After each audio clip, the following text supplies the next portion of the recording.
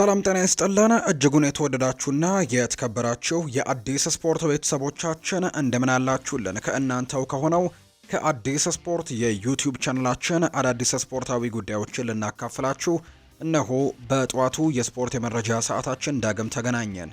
ስለምታደምጡን ቆይታችሁን ከኛ ጋርም ስለምታደርጉ እጅጉን ከልብ አድርገን ነው የምናመሰግነው። በዛሬ ፕሮግራማችን በርከት ያሉ ሀሳቦችን ወደ እናንተ እናደርሳለን። ወደ ቤተሰቦቻችን ትላንትና የተደረጉ ሁለት ጨዋታዎች አሉ። በተወዳጁ የእንግሊዝ ፕሪሚየር ሊግ 37ኛ ሳምንት ትላንትና ሲጠበቁ የነበሩ ጨዋታዎች አሉ። በሴልኸርስት ፓርክ ክሪስታል ፓላስ ያደረገው መርሃ ግብር አለ። ከዛ በተጨማሪ ደግሞ እንዲሁ ማንቸስተር ሲቲ እና እንዲሁ ቦርንመዝ ያደረጉትም የኢቲሃድ ስቴዲየሙም ጨዋታ እንዲሁ በጉጉት የሚጠበቅ ጨዋታ ነበር። በተለይ የማንቸስተር ሲቲ እና የቦርንመዝ ጨዋታ በርካቶች በጉጉት ሲጠብቁት የነበረ መርሃ ግብር ነው። ምክንያቱም ከአውሮፓ ቻምፒየንስ ሊግ ተሳትፎ ጋር በተያያዘ ለማንቸስተር ሲቲ እጅጉን ወሳኝ ጨዋታ ነበር። ከዛ በተጨማሪ ደግሞ ኬቨን ደብሮይና እንግዲህ ለበርካታ ዓመታት ካገለገለበት ማንቸስተር ሲቲ ጋርም እንዲሁ ለመጨረሻ ጊዜ በኢቲሃድ ስቴዲየም ጨዋታ የሚያደርግበት ከመሆኑ ጋር በተያያዘ በርከት ያሉ ተጠባቂ ጉዳዮች ነበሩት። በኋላ ላይ በስፋት እናነሳዋለን። ከጨዋታው ጋር በተያያዘ ሰፋ ያሉ መረጃዎችን ስለምናነሳ ዛሬም የሚደረጉ ጨዋታዎች አሉ። በተለይ እንግዲህ ዛሬ አንድ ጨዋታ ነው የሚደረገው በዩሮፓ ሊግ የፍጻሜ ጨዋታ። ዛሬ ተጠባቂው ጨዋታ ይደረጋል። ከአውሮፓ ውድድሮች መካከል አንደኛው ዛሬ ፍጻሜውን ያገኛል። በአውሮፓ ቻምፒየንስ ሊግ፣ የዩሮፓ ሊግ እና ዩሮፓ ኮንፈረንስ ሊግ ውድድሮች እንግዲህ በአውሮፓ በክለቦች መካከል የሚደረጉ የአውሮፓ ውድድሮች እንደሆኑ ይታወቃል። ከነዛ መካከል እንግዲህ ሁለተኛ ደረጃ የሚሰጠው ማለትም ከአውሮፓ ቻምፒየንስ ሊግ በመቀጠል እንግዲህ ትልቅ ውድድር የሚባለው ዩሮፓ ሊግ ዛሬ ፍጻሜውን ያገኛል። ሁለቱ የእንግሊዝ ክለቦች ደግሞ ማንቸስተር ዩናይትድ እና ቶተንሃም ዛሬ በስፔን አትሌቲክ ቢልባኦ ሜዳ በሳን ማሜስ በሚደረግ የፍጻሜ ጨዋታ ዛሬ እንግዲህ አንዳቸው የአውሮፓ ቻምፒየንስ ሊግ ተሳታፊ መሆናቸውን ዛሬ አንዳቸው የዋንጫ ባለቤት መሆናቸውን የሚያረጋግጡበት ጨዋታ ነው የሚደረገው። እሱንም እናነሳዋለን በኋላ ላይ። በርከት ያሉ የዝውውር ጉዳዮችም እየተነሱ ይገኛሉ። እነሱንም በቅደም ተከተል ወደ እናንተ ማድረሳችንን እንቀጥላለን። ፉአድ ባሩ ፕሮግራሙን እየመራው ከእናንተ ጋር ቆይታን አደርጋለሁ። ቪዲዮአችንን ላይክ ቻናላችንን ደግሞ ሰብስክራይብ እያደረጋችሁ ከኛ ጋር አብራችሁ ቆዩ። ከመሸጋገሪያ በኋላ ተመልሰን እንመጣለን። የትም እንዳትሄዱ ከኛ ጋር አብራችሁን ሁኑ።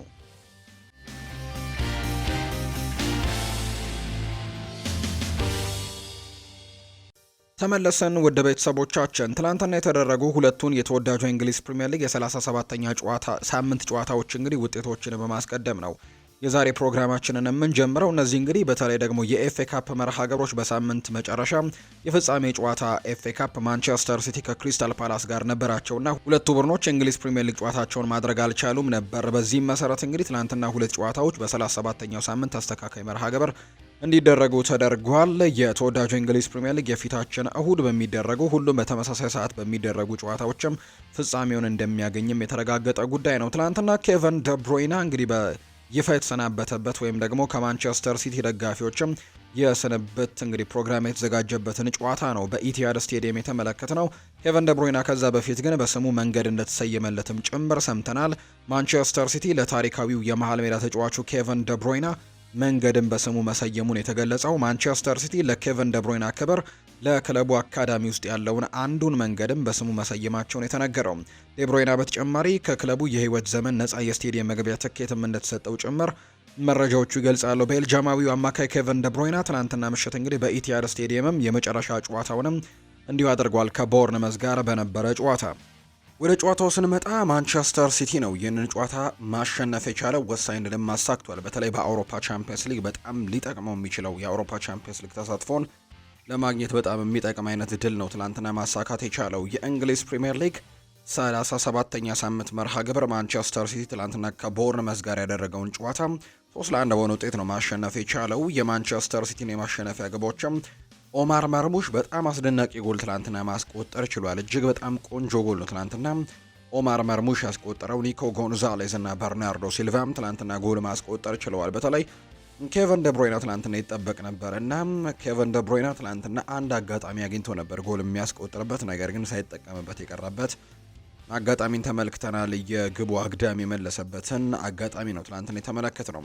በጨዋታው በጉዳት ለ7 ወራት ከሜዳ ርቆ የነበረው ሮድሪ ለማንቸስተር ሲቲ ትናንትና ተቀይሮ ገብቶ መጫወት የቻለበትን አጋጣሚም ተመልክተናል። ማቴዮ ኮቫቺች በጨዋታው ላይ ቀይ ካርድ የተመለከተ እንዲሁ ተጫዋች ሆኗል።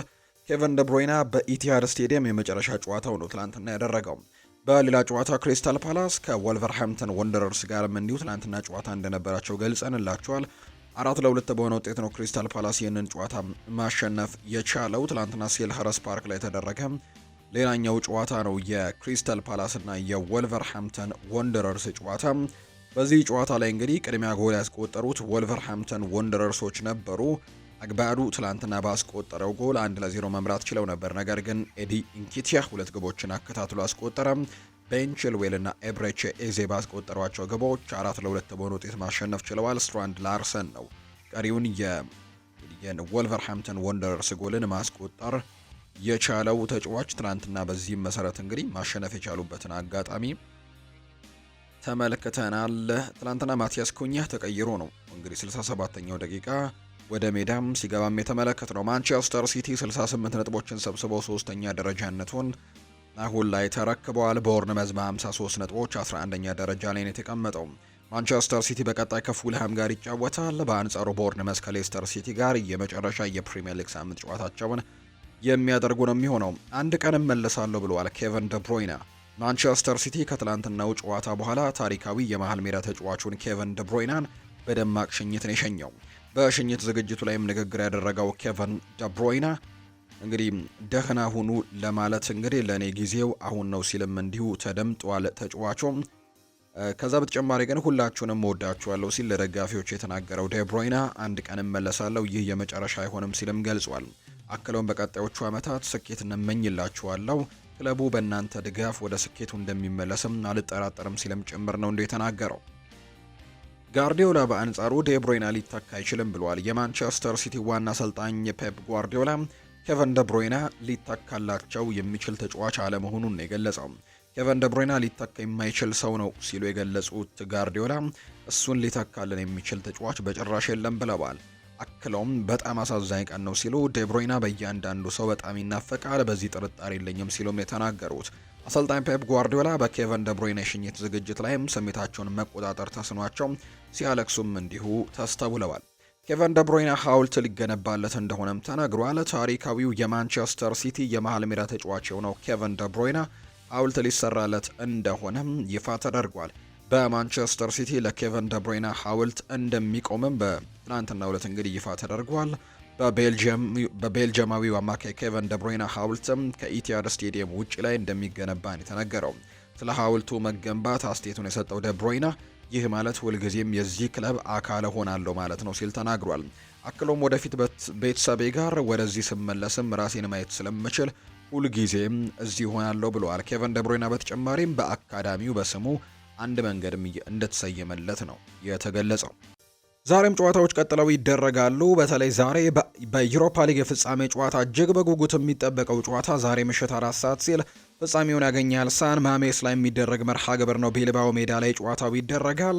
እንግዲህ ማንቸስተር ዩናይትዶች በዚህ የውድድር ዓመት በተለይ በግማሽ ፍጻሜው ላይ ደግሞ አትሌቲክ ቢልባኦን መቅጠማቸው በዚህ ሜዳ የሚታወስ ነውና 3-0 በሆነ ውጤት ያን ያሸነፈው እንደነበር ይታወሳል። ዛሬ በዚሁ ሜዳ ደግሞ ይህን ጨዋታ ያደርጋሉ። በርካቶች ለማንቸስተር ዩናይትድ የማሸነፍ ቅድመ ግምቱን ሰጥቷቸዋል። ነገር ግን ተቀራራቢ ግምቶች ነው የተሰጣቸው። በተወዳጁ የእንግሊዝ ፕሪምየር ሊግ እነዚህ ሁለት ቡድኖች ዘንድሮ ጥሩ የሚባል የውድድር ዓመትን ማሳለፍ አልቻሉም። 16ና 17ኛ ደረጃ ላይ የተቀመጡ ቡድኖች ናቸው በፕሪምየር ሊጉ። በተለይ ማንቸስተር ዩናይትድ ዘንድሮ እንግዲህ በአይቶት የማያውቀውን አይነት ውጤት ነው ዘንድሮ በፕሪምየር ሊጉ ያስመዘገበው።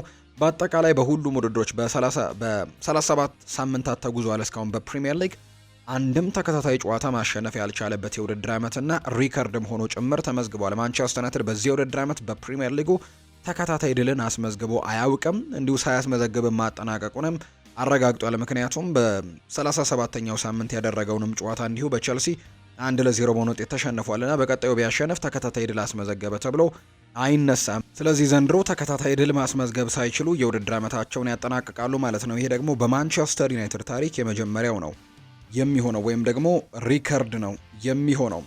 እንግዲህ በአጠቃላይ ቶትናም ሆትስፐርስና ማንቸስተር ዩናይትድ ዘንድሮ ጥሩ ጊዜን እንዳላሳለፉ ቀደም ብዬ ገልጬላችኋለሁ። ያለፉትን 5 ጨዋታዎቻቸውን እንመልከት። ቶትናም ሆትስፐርስ ካለፉት 5 ጨዋታዎች ሁለቱን ጨዋታዎች ማሸነፍ ችሏል።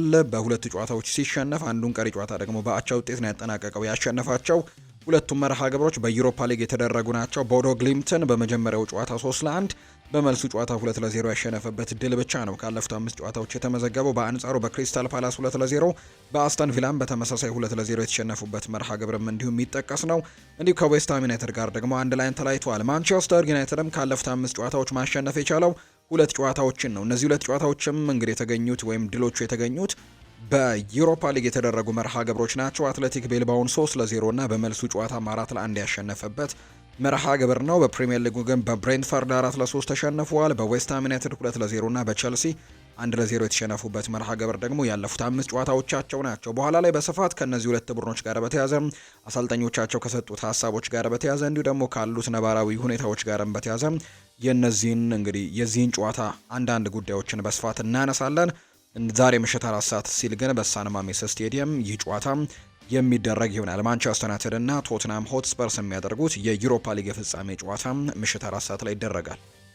አርሰናልን የተመለከቱ መረጃዎችን እናንሳ። ደግሞ አንድሪያ ቤርታ ከ15 በላይ አጥቂዎችን እንግዲህ አነጋግሯል የሚሉ መረጃዎች እየወጡ ይገኛሉ። በቀጣይ የክረምት ተጫዋቾች የዝውውር መስኮት እንግዲህ ክለባቸውን ያጠናክራሉ ተብሎ ከሚጠበቁ ክለቦች መካከል ምንም ጥርጥር የለውም አርሰናል አንደኛው እንደሆነ ይነገራል። ከዛ በተጨማሪ ግን አርሰናል የትኛውን ቦታ ነው የሚያጠናክረው? በርከት ያሉ ቦታዎችን ሊያጠናክር እንደሚችል የሚያሳዩ ፍንጮች አሉ። በተለይ ግን በዚህ ዓመትም እንግዲህ በተለይ ባለፈው የክረምት ተጫዋቾች የዝውውር መስኮት ባለማስፈረማቸው ትልቁ ጸጸት ውስጥ የገቡበት ቦታ ቢኖር የአጥቂ መስመር ተጫዋችን አለማስፈረም አንደኛው ጉዳይ ነው። ስለዚህ በዚህ ክረምት በንቃት ይሳተፉበታል ተብሎ ከሚጠበቁ ቦታዎች መካከል አንደኛው የአጥቂ ተጫዋችን ዘንድሮ ማስፈረም እንደሚጠበቅባቸው ነው ዘገባዎች እያሳዩ የሚገኙት።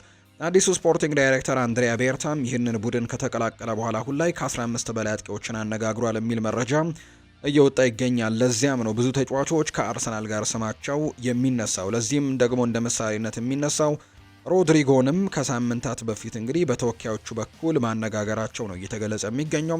ተጫዋቹ ከተወሰነ ቀናት በፊት እንግዲህ ሻቪ አሎንሶን ያነጋግራል ተብሎ እንደሚጠበቅም ሲዘገብ እንደነበረ የምናስታውሰው ነው። ሪያል ማድሪድ ለተጫዋቹ 80 ሚሊዮን ፓውንድ ይፈልጋል ከዚህ ተጫዋች የሚል መረጃ እየወጣ ይገኛል። አንድሪያ ቤርታ ብዙ የአጥቂ አማራጮችን እንግዲህ እየተመለከተ ይገኛል። የመጨረሻው ውሳኔ ግን አንድ ተጫዋች ላይ ያሳርፋል ተብሎ ነው የሚጠበቀው። ከተነሱ ስሞች መካከል ቪክተር ዮከርሽ ይገኝበታል። ቪክተር ኦስሜን እንዲሁ ስሙ ሲነሳ ሰምተናል። ቤንጃሚን ሼስኮ ስሙ ሲነሳ ሰምተናል። ሮድሪጎ ጉዋይሽም እንዲሁ አለ። ከዛ በተጨማሪ ደግሞ ሌላኛው ማቲያስ ኩኛህንም ለማስፈረም ሙከራዎችን ሲያደርጉ እንደነበር የምናስታውሰው ነው። ሊያም ዴላፕን በዝርዝራቸው ውስጥ ሁጎ ኤኬቴኬ በርከት ያሉ ተጫዋቾች ስማቸው ሲነሳ እንደነበር የምናስታውሰው ጉዳይ ነው። ነገር ግን ከነዚህ ሁሉ ተጫዋቾች በኋላ አንድ ተጫዋችን ብቻ ሊያስፈርሙ እንደሚችሉ የሚያሳዩ መረጃዎች ናቸው አሁን ላይ እየወጡ የሚገኙት። በቀጣይ እንግዲህ እነዚህን ጉዳዮች እየተከታተልን ወደ እናንተ እናደርሳለን። የአርሰናል የአጥቂ መስመር ችግርን ለመቅረፍ የተሰጡ አቅጣጫ አንድሪያ ቤርታ ብዙ አማራጮችን እንዲያሰስና ካለፈው ክረምትም የተለየ መልኩ ደግሞ ሁሉንም የተስማማበትን ተጫዋች ማምጣት ነው።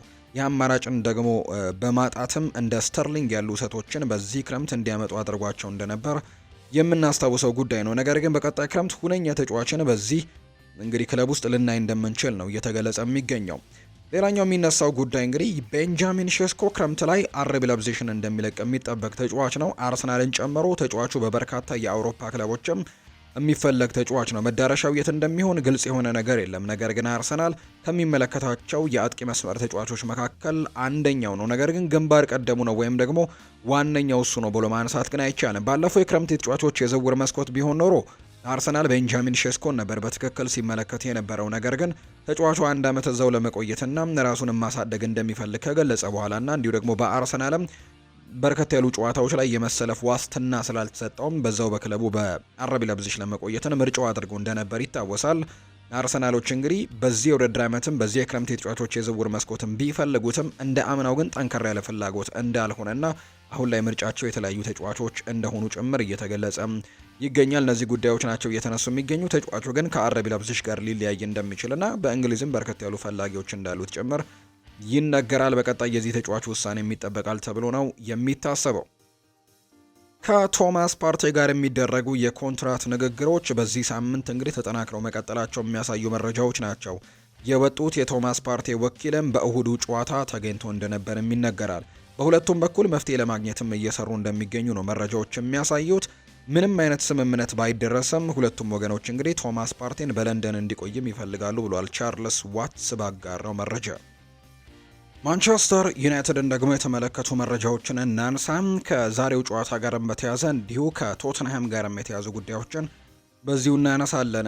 ዋንጫውን እንግዲህ ካላሸነፍን ፍጻሜው ምንም አይነት ነገር ትዝ አይለንም ሲልም ነው ሩበን አሞሪም የተናገረው። የማንቸስተር ዩናይትዱ አሰልጣኝ ሩበን አሞሪም ቡድናቸው ፍጻሜውን ማሸነፍ እንዳለበት ነው ያሳሰቡት። ቶተንሃምን እናውቀዋለን ያሉት ሩበን አሞሪም እነርሱም እንግዲህ ቡድናቸውን በደንብ ያውቁታል፣ እኛም ጠንካራ ማንነት አለን፣ ስለዚህም ደግሞ ጥሩ ጨዋታ እንጫወታለን ሲልም ጭምር ነው ሩበን አሞሪም የተናገረው። ዋንጫውን ማሸነፍ አለብን፣ ካልሆነ ግን ማንም ሰው ፍጻሜ ደረሱ ብሎ አያወራልንም፣ በተለይ ማንቸስተር ዩናይትድ ውስጥ ሲልም ነው እንግዲህ አሰልጣኝ ሩበን አሞሪም እንዲሁ እየተደመጡ የሚገኙት። ከዚሁ ጨዋታ ጋር በተያያዘ ትላንትና በርከት ያሉ ሀሳቦቻቸውን አሰልጣኝ ሩበን አሞሪም እንዲሁ አካፍለዋል። በዋንጫ የማይፈቱ ችግሮች አሉብን ሲሉ ነው አሰልጣኙ የተናገሩት።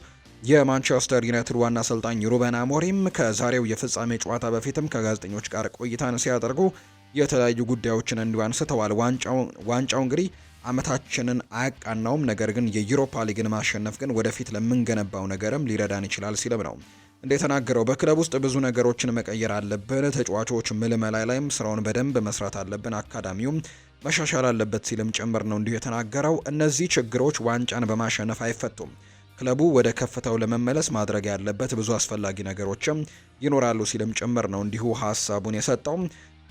የማደርገውን ነገር አውቃለሁ፣ እንግዲህ ትልቅ ነገር እየመጣ እንደሆነ እንዳልኩት ሁሉንም ነገር በግልጽ አብራርቻለሁ፣ አሁንም የአጨዋወት ዘይቤን በፍጹም አልቀይረውም ሲሉም ነው አሰልጣኝ ሩበን አሞሪም ጭምር ሀሳባቸውን የተናገሩት። ጆሹዋ ዘርክዚ ይመለሳል ብዬ አልጠበቅኩም ነበር፣ በጣም በፍጥነት ነው ያገገመው ሲልም ተናግረዋል። የፍጻሜው ጨዋታ ላይ የቡድኑ አካል ለመሆንም በጣም ጠንክሮ ሰርቷልም፣ በዚህም ደስተኞች ነን ብለዋል። ማታያስ ደሊት የቡድን ስብስብ አካል ሆኖ ወደ ስፔን ባይጓዝም የቡድን አጋሮቹንና ቡድኑን ለመደገፍ ግን ወደ ስፔን ባስክም ከቡድኑ ጋር ተጉዟል ብለዋል። ሩበን አሞሪም እንግዲህ ሲናገሩ የዛሬ ዓመት ኤሪክ ቴንሃግ ለኤፍኤ ካፕ ፍጻሜ ያለ አጥቂ እንደገባው አሁንም ያንን ያደርግ እንደሆነ ተጠይቆ ነበር። ባለፈው ዓመት ላይ የተፈጠረው ነገር አሁን ላይ ምንም ነገር ለውጥ አይፈጥርም፣ ከቶትናም ጋር እንዴት እንደምንጫወት የኛ ትኩረት ነው ሲልም ጭምር ነው እንዲሁ የተናገረው። አንድ ጋዜጠኛ ለሩበን አሞሪም እንደዚህ ሲል ጥያቄ ያቀርብለታል። እናንተ ዛሬ ካለ 9 ቁጥር ተጫዋች ትገባላችሁ ወይ? ባለፈው ዓመት ያለ ሆይላንድ ቡድኑ የኤፍኤ ካፕ አሸናፊ እንደነበር የምታስታውስ ከሆነ ሲል ጥያቄ ያቀርበለት ነበር። የኛ የጨዋታ ሲስተም እንደ ማንኛውም ሲስተም ኖርማል ነው፣ እናም ባህሪያቶቹን ሊቀያየር ይችላል። የምንጫወትበት ሲስተም እንደ ሌሎች ክለቦች አይነት ነው ሲልም ጭምር ነው እንዲሁ አሰልጣኝ ሩበን አሞሪም ምላሹን የሰጠው። ለማንቸስተር ዩናይትድ ዩሮፓ ሊግን ካሸነፍክ ይቅርታ አድርግልኝና ይህ ትልቅ ስኬት በፍጹም አይሆንም። እዚህ ክለብ ላይ በጣም አስፈላጊው ነገር የፕሪሚየር ሊግና የቻምፒየንስ ሊግን ዋንጫ ማሸነፍ ብቻ ነው ሲልም ጭምር ነው ሀሳቡን የሰጠው ሩበን አሞሪም። በዩሮፓ ሊግ የፍጻሜ ጨዋታ የእንግሊዙ ክለብ ቶትናም ሆትስፐርስን ለመቅጠም ወደ ስፔን ባስክ የተጓዘው የማንቸስተር ዩናይትድ ስብስብ ይፋ ተደርጓል። በግብ ጠባቂነት አንድሬ ኦናና፣ ቶም ሂተን፣ ሚና ባይንደር የተካተቱ ግብ ጠባቂዎች ናቸው።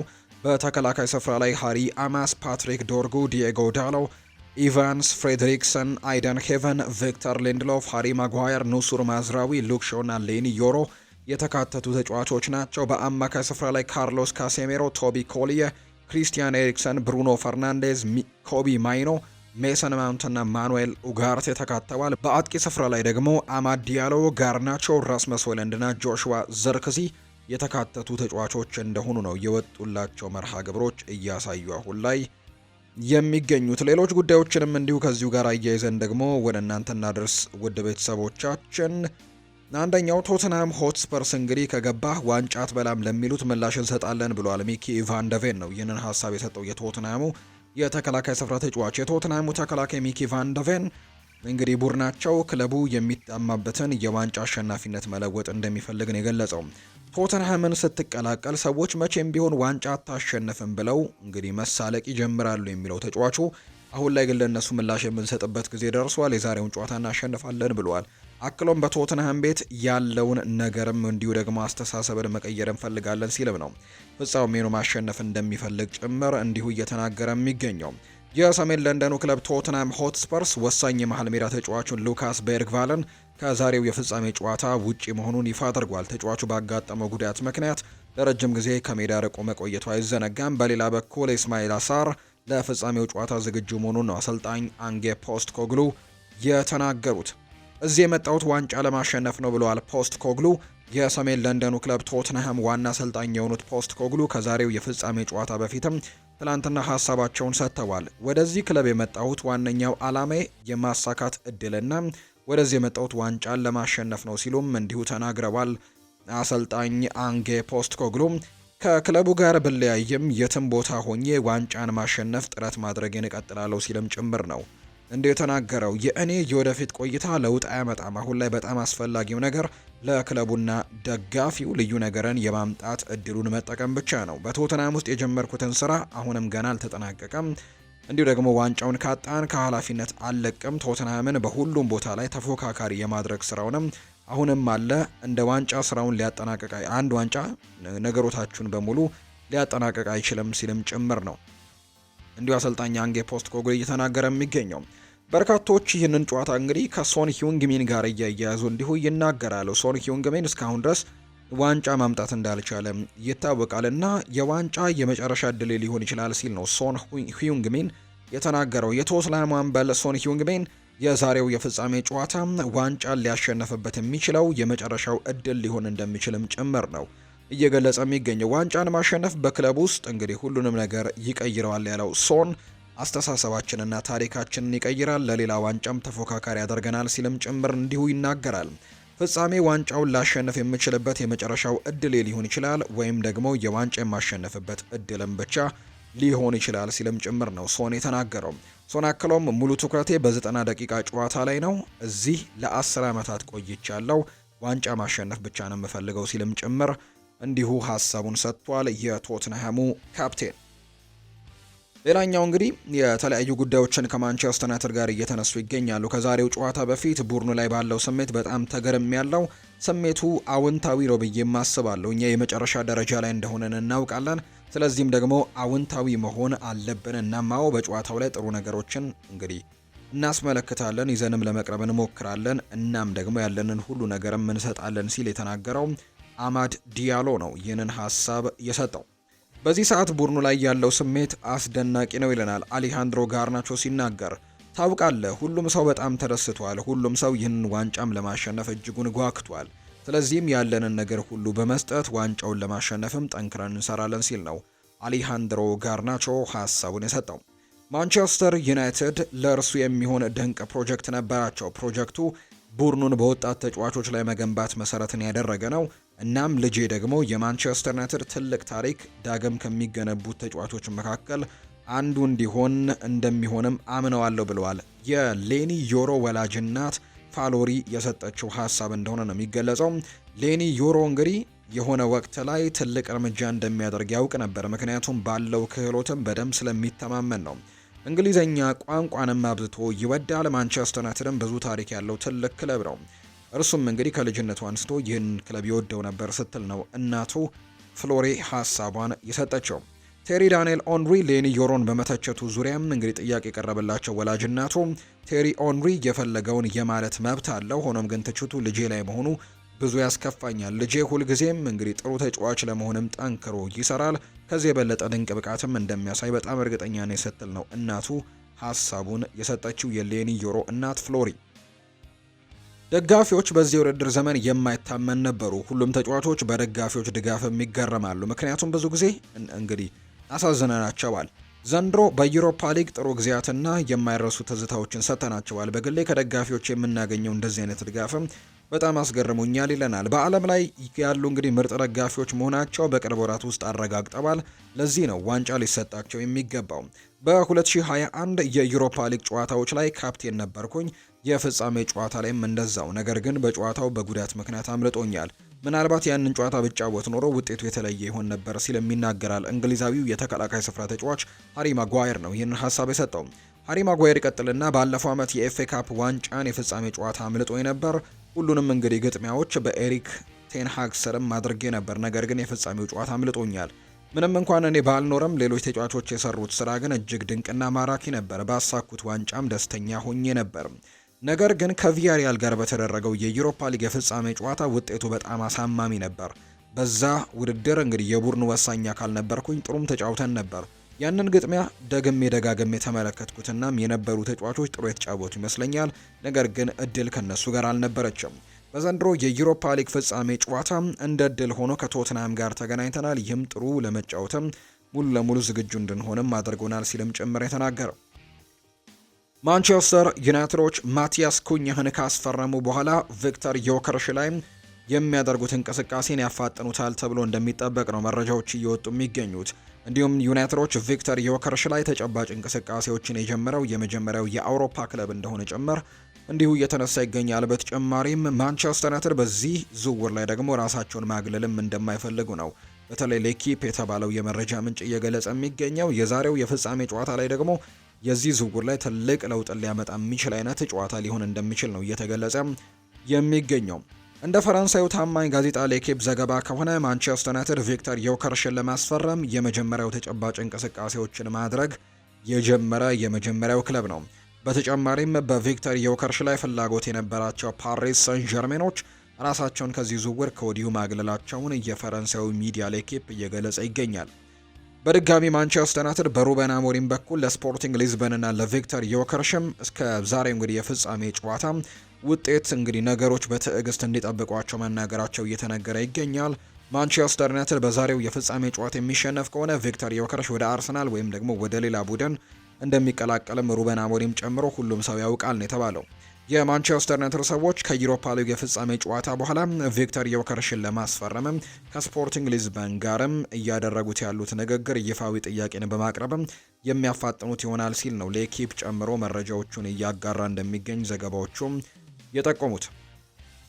ማንቸስተር ዩናይትድ አስቀድሞ ከፈጸማቸው ዝውውሮች እንግዲህ ሳይከፈል የቀረም 300 ሚሊዮን ፓውንድ ጋር ተደምሮ ያለበት ዕዳ 1 ቢሊዮን ፓውንድ አካባቢ እንደሆነ እየተገለጸ ይገኛል። መረጃዎቹ ይህንን እያጋለጡ ይገኛሉ። ሆኖም ግን ክለቡ አሁን አመት ላይ እንግዲህ በሰራው የቀን ለቀን ስራ እና ደግሞ የሰራተኞች ቅነሳም 160 ሚሊዮን ፓውንድም ገቢ ያገኛል ተብሎ ይጠበቃል።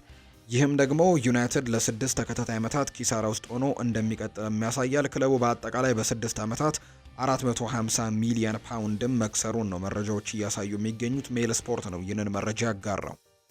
የሊቨርፑልን ጉዳዮች ደግሞ እናንሳ። ፍሎሪያን ቨርትስ ለሊቨርፑል የመጫወት ሀሳቡን ወዶታል የሚሉ መረጃዎችን ትናንትና ለቢስ ስቲል መረጃውን አጋርቷል። ተጫዋቹ እንግዲህ ውሳኔውን እስካሁን በይፋ የገለጸው ነገር የለም። ማንቸስተር ሲቲ ከዚህ ዝውውር ራሱን አግልሏል። ቀደም ብሎ እንግዲህ ይህንን ተጫዋች የሚፈልገው ቀዳሚው ክለብ እንደነበር ይነገራል። ነገር ግን ከዛ በኋላ ባየር ሚኒክ እና ከዛ በተጨማሪ ደግሞ የእንግሊዙ ክለብ ሊቨርፑልም እዚህ ተጫዋች ላይ ፍላጎት እንዳላቸው ተገለጸና እንግዲህ ትልቅ ፉክክር ጠብቆታል። ማንቸስተር ሲቲ ራሱንም ከዚህ ዝውውር ማግለሉንና አሁን ላይ ደግሞ ሞርጋን ጌብስ ዋይትን አሊያን ዳኒ ኦልሞን በዚህ ቦታ ላይ እንግዲህ ለማስፈረም ሙከራዎችን ያደርጋሉ ተብሎ ይጠበቃል። የፍሎሪያን ቨርትስ ጉዳይ አሁን ላይ ያበቃለት ጉዳይ እንደሆነ ነው እየተገለጸ የሚገኘው በማንቸስተር ሲቲ በኩል። ሊቨርፑል ደግሞ የተሻሉ ድሎች እንዳሉት አሁን ላይ እየተገለጸ ይገኛል። ፍሎሪያን ቨርትስ ሊቨርፑል እንግዲህ የመጫወት ሀሳብን ወዶታል። ሊቨርፑል እሱን ለማስፈረምም እስከ መጨረሻው ድረስ ይሞክራሉ ተብሎ እንደሚጠበቅ ነው የተገለጸው። ማንቸስተር ሲቲ ሚሎስ ኪርኬዝን ለማስፈረም ከሊቨርፑል ጋር መፎካከር ይፈልጋል። ማንቸስተር ሲቲ ጥያቄ አቅርበዋል። እናም ደግሞ የሊቨርፑል እውነተኛ ተቀናቃኞችም አሁን ላይ ሆነው ብቅ ብለዋል። ሚሎስ ኪርኬዝ እንግዲህ በርከት ያሉ ጊዜያቶች ይሆናሉ ከሊቨርፑል ጋር ስሙ መነሳት ከጀመረ። ከሃንጋሪ የሚወጡ መረጃዎች እንደሚያሳዩት ከሆነ በተለይ ተጫዋቹ ሃንጋሪያዊ ከመሆኑ ጋር በተያያዘ ከሃንጋሪ የሚወጡት ዘገባዎች እንደሚያሳዩት ከሆነ ደግሞ ተጫዋቹ ከቡድን አጋሩ ማለትም ከዶሚኒክ ሶቦዝላይ የብሔራዊ ቡድን አጋሩ እንደሆነ ይገለጻል። ዶሚኒክ ሶቦዝላይ ሁለቱም ሃንጋሪያውያን ተጫዋቾች ናቸውና በክለብም ደረጃ በአንድ ላይ መጫወት ፍላጎት እንዳለውና ምናልባት ይሄ ነገር ደግሞ ወደ ሊቨርፑል ሊገፋፋው እንደሚችል የሚያሳዩ መረጃዎች ወጥተዋል። ነገር ግን ማንቸስተር ሲቲም የዚህ ተጫዋች ፈላጊ እንደሆነ እየተገለጸ ይገኛል። ሊቨርፑል ቤንጃሚን ሼስኮን ወደ አንፊልድ ለማምጣትም ከፍተኛ ፍላጎት ያላቸው ተብሏል። ካለፈው ዓመት ጀምሮ እየጠበቁት ነበር። ዋጋው ግን 100 ሚሊዮን ፓውንድ መሆኑ ከፍተኛ እንደሆነ እየተገለጸ ይገኛል። ዶሚኒክ ሶቦዝላይ ከትላንትና በስቲያ ከተደረገው ከብራይተን ጨዋታ በኋላ ሀሳቡን ሰጥቷል። ውጤቱ በጣም ተስፋ አስቆራጭ ነበር። ወደዚህ የመጣ ነው ለማሸነፍ ነው። እናም ደግሞ የጨዋታው የመጀመሪያዎቹ 70 ደቂቃዎች ውስጥ ያንን ፍላጎት በሚገባ አሳይተናል ብዬ አስባለሁ። በመጨረሻ ግን የበለጠ ሞክረው ባስቆጠሩት ጎሎች ማሸነፍ ችለዋል። ሻምፒየን ስለሆንን ብቻ ጨዋታዎችን የማሸነፍ ፍላጎት የለንም ማለት አይደለም ሲል ነው ከጨዋታ በኋላ የተናገረው። የሳዑዲ ክለቦች ዳርዊን ኑኔስን ለማስፈረም ንግግር ጀምረዋል። የሳዑዲ ክለቦች በተጨማሪ እንግዲህ ስለ ዲየጎ ጆታና ስለ ሉዊስ ዲያዝም ጥያቄ ማቅረባቸውን ነው ፍሎሪያን ፕሌተንበርግ መረጃውን እያጋራ የሚገኘው። ቸልሲና ሊቨርፑል የቤኔፊካውን ተከላካይ ቶማስ አሮሆን የማስፈረም ፍላጎትም እንዳላቸው እንዲሁ ፉት መርካቶ የተባለው የመረጃ ምንጭ የጣሊያኑ የመረጃ ምንጭ እየገለጸ ይገኛል። የቀድሞው የሊቨርፑል ግብ ጠባቂ ጓንቱን ሰቅሏል። የቀድሞው የሊቨርፑል የባርሴሎና የስፔን ብሔራዊ ቡድን ግብ ጠባቂ የነበረው ፔፔሬና ጓንቱን በ42 ዓመቱ መስቀሉ ነው ይፋ የተደረገው። ፔፔሬና የእግር ኳስ ተጫዋችነት የመጨረሻ ጊዜውን በጣሊያን ሴሪኤው ክለብ ኮሞ አሳልፎ አጠናቋል። 25 ዓመታትን በግብ ጠባቂነት ያገለገለው ፔፔሬና ከ900 በላይ ጨዋታዎችንም ማድረግ ችሏል። ግብ ጠባቂው ስፔን 2010 የደቡብ አፍሪካ ዓለም ዋንጫን ስታሸንፍ የብሔራዊ ቡድኑ አባል ነበር። ፔፔሬና አሁን ላይ የቀድሞ ክለቡ ቪያሪያል አካዳሚ ግብ ጠባቂ አሰልጣኝ ቡድንንም ለመቀላቀል በንግግር ላይ መሆኑ ጭምር ነው የተገለጸው። ቸልሲን የተመለከቱ መረጃዎችን ደግሞ የምናነሳበት ሰዓት ነው። በጨዋታ ቀኑ ደስተኛ አይደለንም ብሏል ኤንዞ ማሬስካ። የሰማዮቹ ዋና አሰልጣኝ ኤንዞ ማሬስካ የኮንፈረንስ ሊግ ፍጻሜ ጨዋታ የሚደረግበት ቀን ከፕሪሚየር ሊግ ጨዋታ ጋር መቀራረቡ እንዳላስደሰታቸውን የተናገሩት ሪያል ቤቲስ አርብ፣ እኛ ደግሞ እሁድ መጫወታችን አላስደሰተኝም ሲሉ አሰልጣኝ ኤንዞ ማሬስካ ቅሬታቸውን ገልጸዋል። የኮንፈረንስ ሊግ የፍጻሜ ጨዋታም ቀጣይ ሳምንት ረቡዕ እንደሚደረግ ይታወቃልና እሁድ ላይ እንግዲህ የሪያል ቤቲስና የአትሌቲኮ ማድሪድ ጨዋታን ለመታደም ስፔን ማድሪድም ነበርኩ ሲሉ ነው ማሬስካ እንዲሁ የተናገሩት። አሰልጣኝ ኤንዞ ማሬስካ አያይዞን በፍጻሜው ጨዋታ ፊሊፕ ጆርገንሰን በቋሚ ግብ ጠባቂነት እንደሚሰለፍም ጭምር ነው አሁን ላይ ያረጋገጡት። ቸልሲን ጨምሮ ብዙ ትልልቅ ክለቦች ኤሚሊያኖ ማርቲኔዝን ማስፈረም ይፈልጋሉ። በረኛው የአውሮፓ ቻምፒየንስ ሊግ የሚሳተፍና ለዋንጫ የሚፎካከር ክለብን መቀላቀል ይፈልጋል የሚል መረጃን ዲያሪዮ አስ ይፋ አድርጓል። ቸልሲዎች የሮድሪጎንም ሁኔታ በቅርበት እየተከታተሉት ሲሆን ይፋዊ ጥያቄ ለማቅረብም እያጤኑበት ይገኛሉ። አሁን ላይ በእርግጥም ንግግሮች ገና አልጀመሩም። ነገር ግን ስለ ዝውውሩ ሁኔታ ለመረዳትም በቸልሲ ሰዎችና በተጫዋች ወኪሎች መካከልም ንግግሮች ተደርገው እንደነበር ነው የተገለጸው። ይህ መረጃ እንግዲህ ከወደ ስፔን የወጡ መረጃዎች ነው የሚያሳዩት። ኤንዞ ማሬስካ ስለ ሪያል ቤቲሱ አሰልጣኝ ማኑኤል ፔሌግሪኒ ይናገራል። ከእሱ ጋር በፍጻሜ መገናኘቱ ልዩ ስሜት አለው። እንግዲህ ማኑኤል ፔሌግሪኒ ጋር 4 ዓመታትን አሳልፍ ያለው በሙያውና በታሪኩ ምክንያትም በተለይ ምርጥ ሰው ስለሆነ ለኔ ማመሳከሪያ ነው። ትናንትና ደግሞ ከማኑኤል ፔሌግሪኒ ጋር ተነጋገርኩኝ።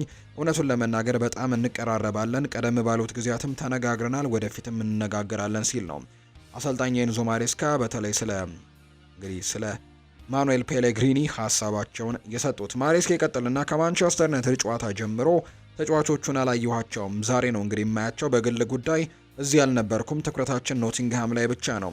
ከዚያም ያንን ጨዋታ ከጨረስን በኋላ ወደ ፍጻሜው ጨዋታ እናስባለን። ዛሬ ስለ ፍጻሜው ላውራችሁ እዚህ ነው የመጣሁት እንጂ ለኖቲንግሃም ፎረስት ጨዋታ ለመነጋገር አይደለም ሲልም ይናገራል። ሪያል ቤቲስ አርብና ቸልሲ ደግሞ እሁድ ከፍጻሜው ጨዋታ በፊት መጫወታቸው 100% ደስተኛ አላደረገኝም። የአውሮፓ ውድድር ፍጻሜ ስትጫወቱ ከ48 ሰዓት በላይ በአንድ ቡድን መፍቀድም አይቻልም ሲልም ጭምር ነው እንዲሁ የተናገረው። ኤንዞ ማሬስካ ስለ ፊሊፕ ጆርገንሰን ሲናገር ፊሊፕ ጆርገንሰን በፍጻሜው ጨዋታ ላይ የሚሰለፈው ግብ ጠባቂ ነው። ውድድሩን በሙሉ ተጫውቷል፣ ወደ ፍጻሜውም ደርሷል።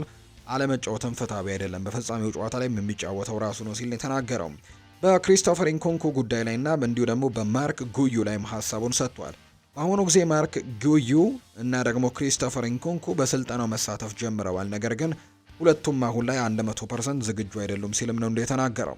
ኤንዞ ማሬስካ ስለ ኮንፈረንስ ሊጉም ሲናገር ዋነኛው ግባችን በእርግጠኝነት ከቸልሲ ጋር የአውሮፓ ውድድርን እንደገና ማሸነፍ ነው። ለክለቡ፣ ለደጋፊዎቹ፣ ለሁሉም ሰውም አስፈላጊ ነገር ነው። ትክክለኛው አቅጣጫም እየሄድን ነው።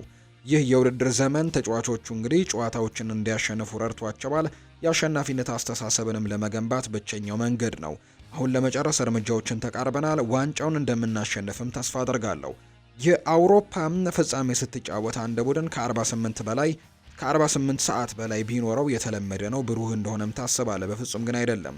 ዩኤፋ፣ ላሊጋ፣ ፕሪሚየር ሊግም ይሁን የትኛው ላይ እንደሆነ ግን እኔ አላውቅም ሲልም ነው ኤንዞ ማሬስካ የተናገረው።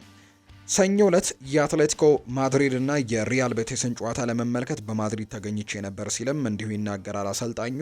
በጨዋታው አትሌቲኮ 4-1 በሆነ ሰፊ ውጤትም ማሸነፍ ችለው ነበር። ማርካ እንደዘገበው ከሆነ ለሪያል ማድሪድ መጫወት የሚፈልግ ማንኛውም ተጫዋች መልቀቅ ይችላል። ሮድሪጎ በአሁኑ ሰዓት ሁለተኛ አማራጭ መሆኑ አላስደሰተውም። ነገር ግን የወደፊት ክለቡን ገና አላወቀም ተብሎ ነው የሚታሰበው።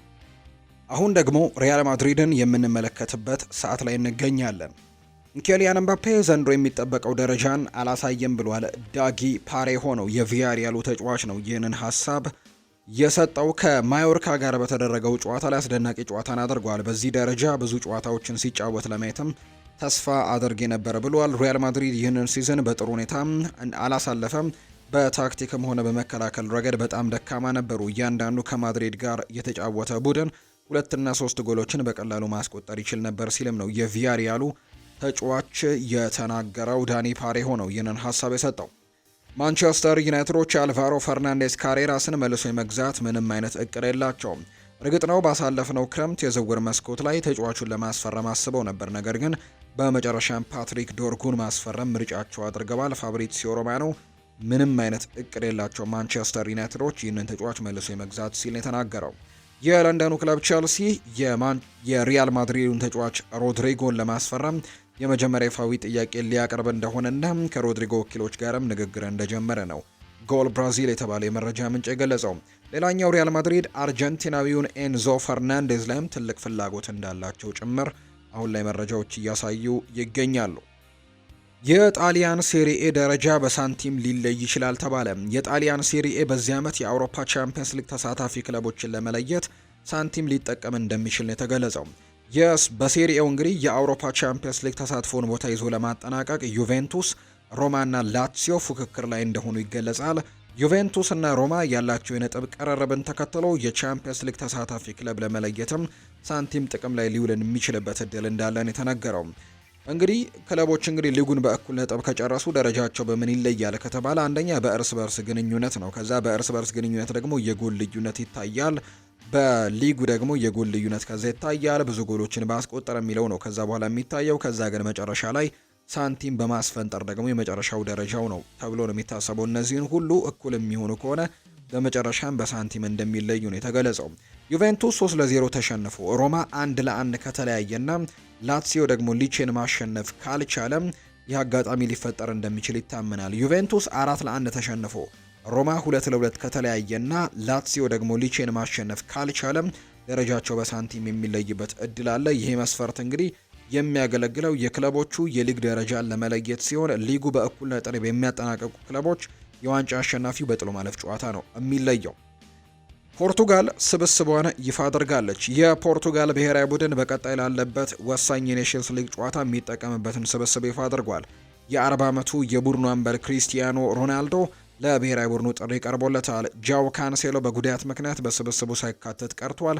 የ18 ዓመቱ የፖርቶ የፊት መስመር ተጫዋች የሆነው ሮድሪጎ ሞራ ለብሔራዊ ቡድኑ ለመጀመሪያ ጊዜ ጥሪ ቀርቦለታል። ፖርቱጋል ከ15 ቀናት በኋላ ከጀርመን ጋር የአውሮፓ ኔሽንስ ሊግ ጨዋታ የግማሽ ፍጻሜ ጨዋታዋን እንደምታደርግ ነው መረጃዎቹ እያሳዩ አሁን ላይ እንደሚገኙ ዘገባዎች የጠቆሙት። በዚህም መሰረት አሰልጣኝ ሮቤርቶ ማርቲኔስ ለተጫዋቾች ጥሪ አድርገዋል። በግብ ጠባቂ ቦታ ላይ ዲየጎ ኮስታ፣ ሩዊስ ሲልቫ እና ሆሴሳ የተመረጡ ሶስቱ ግብ ጠባቂዎች ናቸው። በተከላካይ ስፍራ ላይ ዲየጎ ዳሎ፣ ኔልሰን ሴሜዶ፣ ሩበን ዲያሽ፣ ጎንካሎ ኢናሲዮ፣ አንቶኒዮ ሲልቫ፣ ሬናቶ ቪዬጋ፣ ኑኖ ሜንዴሽ፣ ኑኖ ታቫሬሽ እነዚህ በተከላካይ ስፍራ ላይ የተካተቱ ተጫዋቾች ናቸው።